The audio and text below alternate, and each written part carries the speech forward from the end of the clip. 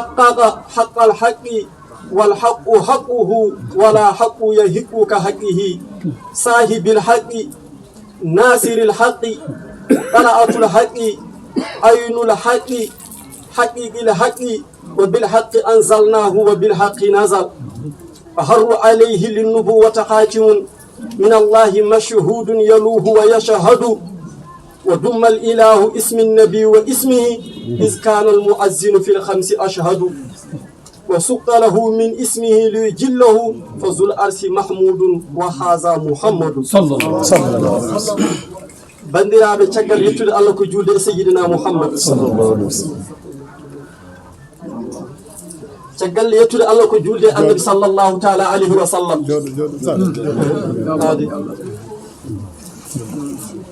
تشغل يتود الله كو جولde النبي صلى الله تعالى عليه وسلم النبي mo ganduda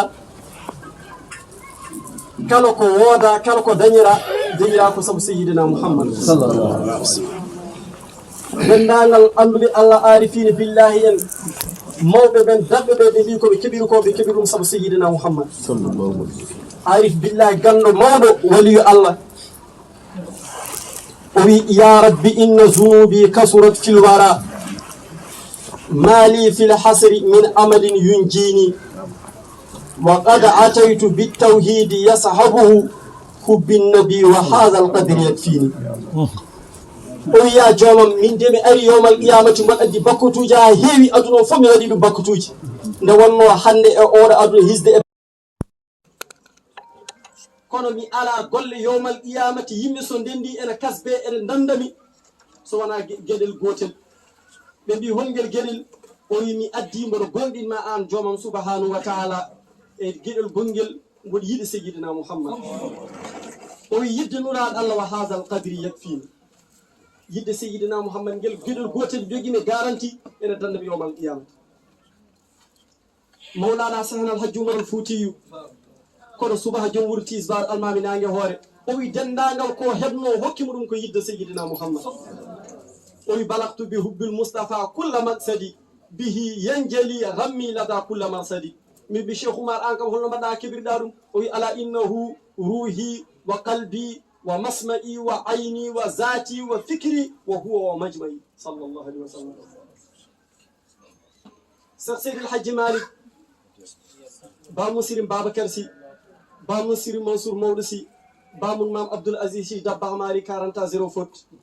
o wi o jangini o tarbini o wallifima o waɗi zawiyaji kono ɗum ɗo fof o ala garanti ene dandamo yowmal qiyamata so wona gueɗel gotel min mbi Cheikh Seydi El Hadji Malick hongel o yidde sayyidina Muhammad sallallahu alayhi o wi wa laysa li amalul alqaka ya amali ay siwal mahabbati wa ta'lil wa salami Cheikh Seydi El Hadji Malick sa ƴeewi dendagal mantunoɓe sayyidina Muhammad ene yooɗi ene feewi ene haani ene foti wonde kono sa ƴeewi Cheikh Seydi El Hadji Malick ɗo ƴeftiri ɗo a dañata ɗum ɗo arabeɓe a dañata ɗum ɗo safalɓe a dañata ɗum ɗo ɓaleɓe saabu holɗum o ƴefti annabi sallah sallam guila Allah yiɗi wadde créé aduna o guil toon o ɓamde sayyidina Muhammad wa innahu is arada allahu nachatana abana min nurihi nura nabil alamin o wi dendagal ko Allah tagno Allah adi tagde ko baba adama caggal nde annabi sallah sallam taga gayni baba adama adi tagede kono baba adama hakkude wonde fittandu e ruuhu on sa annabi sallallahu alaihi wasallam andi hebi kayde mum nomama annabi min bi Cheikh Seydi El Hadji Malick baba adama adi feñde annabi sallallahu alaihi wasallam te andi nomama annabi sakkiti arde annabi sallallahu alaihi wasallam holto wonno o wi annabi sallallahu alaihi wasallam hade mum feñi wonno koye wirngalloji omo suba hine hen Allah hamo nodda hen Allah hamo rewa hen Allah wa kana muhtajiban min qablu fi hujubin yusabbihu llahu fiha ghayra muttasimi kullu hijabin aqama al-badru min hububin فيه لدعة مولانا بلا سأم وكلها هذا تسبيحا يخص به آتي بترتيبها في حسن منتظم كرامة بعدها في الأد منزلة هداية ونبوة فلا تهم ورفعة طاعة المولى شفاعة فيه تمام لذا الترتيب فاكتكم تون إيرو ويرغالوجي سيدنا محمد تون ونو من بي بامو سيرين بابكر سي بامو مام عبد العزيز سي دباغ مالك بامو سيدنا محمد بامو سيرين بابكر سي وي مود اندي من بباب مكون محمد النور عبد الله شيبة وحاسم وعبد مناف ما أسيهم كلاب مرة كعب ولوي وغالب وفهر ومالك نذر الكرم كنانة وهزيمة ومدركة إلياس مع مدر حمراء سرهم أجد نزارا ما آدم من يجاوز أد نانا فتكسيبه من العالم من بسرسل الحج مالك يمراب سيدنا محمد با مسلم بابكر سيدي والأنج oy ba yumma ko mawɗo wiyete ko lubna o jibini dabbatu jibini ilabatu jibini umaymatu jibini bardatu bintu abdoul uzza jibini ummi habib jibini amin jibini sayyidina muhammad min bi cheikh seydil hadji malik min bi annabi sallallahu alaihi wasallam hol ñande roɗa ba muslim babakar si yummoɗo andi wiyama ko jamma alay ene jofi altini sayyidina muhammad roɗa cheikh seydil hadji malik wi waɗi luural koɓe luuri ɓeɓe foof goɗɗandi koɓe luuri o wi ko jamma alhamis ene jofi aljuma sayyidina muhammad roɗa min mbi cheikh seydil hadji malik haalami o fi sibi yowma sinal muhtaru qad hamalat wa qala chahlu bnu abdoullahi zulwasami gando goɗɗo ne wiya abdoullahi kewɗo gandal min mbi anno hol profi joguiɗa o wi ko laylal arubati hala durru fi rajabin summa almunadi yunadi musmi alfahimi min mbi cheikh seydil hadji malik ñan annabi sallah sallam ronda gulali mawɗi mbaɗino wiyama ko jinneji wiyama ko seyɗeneji wiyama ko maleykaji wiyama ko arifine billahi cheikh seydil hadji malik wona kam fof ko maleykaji gullanno holkoɓe mbiyatno annore nague ɗe ɓeydama jamuɗe aljannaji gudditama asmanuji guddirama holɗum saabu rondede sayyidina muhammad min mbi cheikh seydil hadji malik joni annabi rondama no foti lebbi o ronda o wi waɗi luural koɓe luuri ko foof mboɗo andi ko tabiri ko mboɗo andi min mbi ba muslim babakar si haala min o wi wiyama ko lebbi jeegom wiyama ko lebbi jeeɗiɗi wiyama ko lebbi jeetati wiyama ko lebbi jeenayyi kono ko lebbi jeenayyi ɗo ɓuuri sellude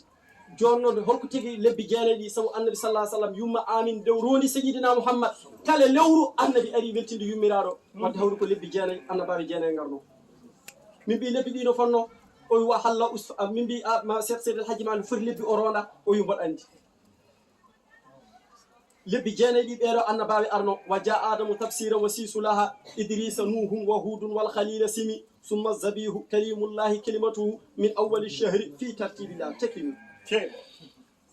min mbi cheikh seydil hadji malik nokkuɗo annabi sallah sallam yi aduna ɗo no wiyete o wi nokkuji nayyi kalama hen kañi nayyi fof mboɗo andi min mbi babou sirim babakar si haala min o wi wa halla usfana aw dar ibnu yusufin fi sibi sayyidina alhaadi awir radami ɗiɗo nokkuji nayyi kala hen min mbi joni ɗo o nokku annabi sallah sallam yi aduna babou sirim babakar si annabi sallah sallam nde yi aduna nde holno waɗi minen min ganduno tiggu so jibinama wayat ƴewa annabi sallah sallam nde yi aduna holno waɗi o wi annabi sallah sallam jiiɗa e tigguji garoji ɗi annabi sallah sallam waɗani no yimɓeɓe badar ni o ari komo laaɓi cer omo tawi fiɗindu homo haadaro dow yummi sababata mikbadan asabi ahu mislal musabbi yarnul ulwasa himami holko wayi allahu akbar kabira walhamdulillahi kasira wa subhanallahi bukratan wa asila ɗiɗo konnguri se allah abi wa sallllahu taala alayhi wa sallam omo daara dow omo tawi ɗiɗo fiɗindu ɗiɗo konnguri o wonno haalde kanko e sayyidina muhammad min mbi cheikh seydil hadji malik joni annabi sallallahu sallam annabi sallllahu taala alayhi wa sallam ko ni o wayi kanko sayyidina muhammad sayyidul wujudi kanko wonmo jomiraɗo noddirmo zambil jomiraɗo noddirmo tafsir jomiraɗo noddirmo ɗaha jomiraɗo noddirmo yasin jomiraɗo noddirmo abdallahi jomiraɗo noddirmo ahmad jomiraɗo noddirmo mouhammad kawbul ahbar wi kanko woni abdoul jabbar abdoul qahar abdoul razak abdoul fatah abdoul majid abdoul muhayminu abdoul ghiyash abdoul borru aqib mozu ɗaha wa yasin mouhammadou rasulillah kanko woni huwa aslil jamal wa bahjatil akwan ala nabil mustapha al adnan salatan makrunatan fil jamal fil husni wal kamal wal khayru wal iftal salatan tadbauha mawfiratun wa ridwan innahu afdalul khalqi wa asrafa ar-rusuli wa nabiyur rahmati wa imamil muttaqin wa hamilu liwa'il hamdi وصاحب الشفاعة والمقام المحمود والحوض المورود آدم فمن دونه من الأنبياء تحت لوائه يوم القيامة إنه أفضل الخلق وأمته خير الأمم وملته خير الملل له معجزات بحرية والخلق العظيم والعقل الكامل والنسب الأشرف والجمال المطلق والكرام الأوفر والسجاعة التامة والعلم النافي والأول الأكبر على جميع الأوديات موجودات والناس ولما انتهى الزمان ظهر اسمه باس الحق طلعة الحق عين الحق صاحب الحق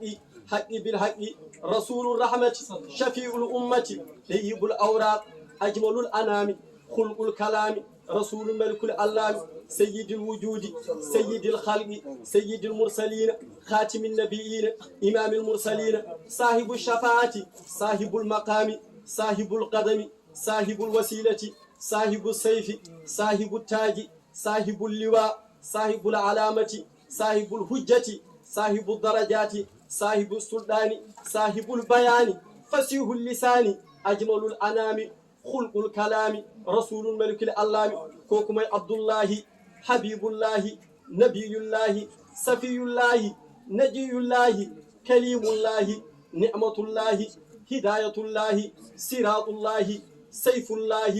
حزب الله رسول الله فاتح مفتح مفتاح الرحمة مفتاح الجنة مفتاح النعمة مفتاح الصادق خاتم الأنبياء إمام المرسلين صاحب الشفاعة إن أريد إلا الإصلاح ما استطعت ما توفيقي إلا بالله عليه توكلت إليه وأستغفره والسلام عليكم ورحمة الله هدية رسول الله صلى الله عليه وسلم.